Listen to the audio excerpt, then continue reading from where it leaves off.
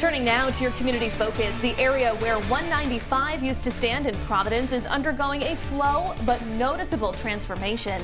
Here to talk about where things stand with the 195 land and what the future might hold, 195 Commission Chairman Marc Crisafulli. Thanks so much for being here. Thanks for having me, Kim. So this has been in the headlines recently. The Providence Flea is hoping to make some sort of a permanent structure on the 195 land in the place where they set up most weekends in the summer. But before we get into that, get us up to speed. How much land is spoken for? How much land is still available? So a project like this takes about 25 years when you look at districts around the country. So we're about halfway through from a time perspective, from a land perspective. We still have a long way to go, but we've got a lot of momentum lately. And remind folks of the timeline here. How long has it been since this land became available for development? It's been a little more than a decade, but the first part of that was really around infrastructure, the pedestrian bridge, all those other things. And for folks who might say, well, where was the 195 highway in Providence? What structures are there right now that might be noticeable to people? The biggest one is the pedestrian bridge, right? So that's the area. There's the 225 Dyer, which is the CIC building. Sure. There are some housing units. There's the A-Loft Hotel. There's a lot that's happened in that space. And I was looking at the website, and it looks like there's a couple of parcels that have been spoken for but aren't being developed yet. So there are some parcels that have been sold, but the development will maybe break ground sometime soon? Yeah, so they haven't been sold yet because we won't actually sell until they're ready to break ground, but they're under contract going through our process. We have a pretty elaborate process to make sure what gets designed works for the neighborhoods. Fabulous. So back when the land was made ready for development, there was really big excitement about how much money this land would generate. Tens of millions of dollars was projected at the time. When we checked in about 2 years ago, land sales had only generated about 1.2 million.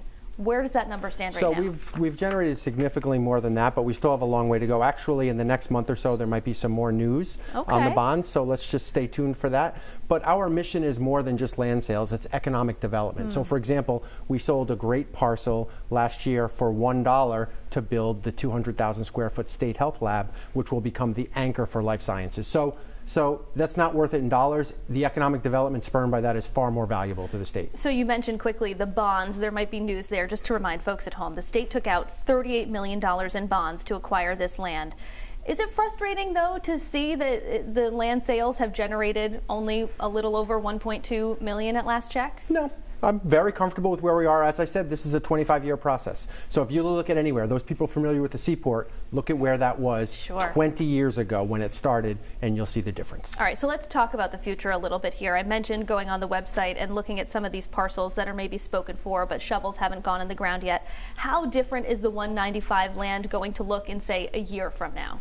So in a year, it won't look that much different. You'll see a little more progress. Some more projects will be underway. Come back in 3 to 5 years, and you'll see a noticeable difference. These projects just take time. From approval to opening, it's usually around 2 years. And let's talk about that timeline in terms of this small parcel near the pedestrian bridge that was in the headlines last week. We went to a meeting because the Providence Flea is hoping to stay there, but some other developers are interested in that parcel as well. How quickly do you foresee a decision being made on that proposal? So we're really happy that we got 4 different proposals. They're all exciting. They all have their own merits.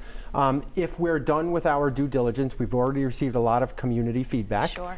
We'll make a decision in mid-December. If not, it will be mid-January, and then that starts the design review process. Sounds like a lot of news coming in the next few weeks and next few months from the 195 Commission. Let's hope so. All right. Commission Chair Marc Crisafulli, thanks so much for being here at 4. Always a pleasure, Kim.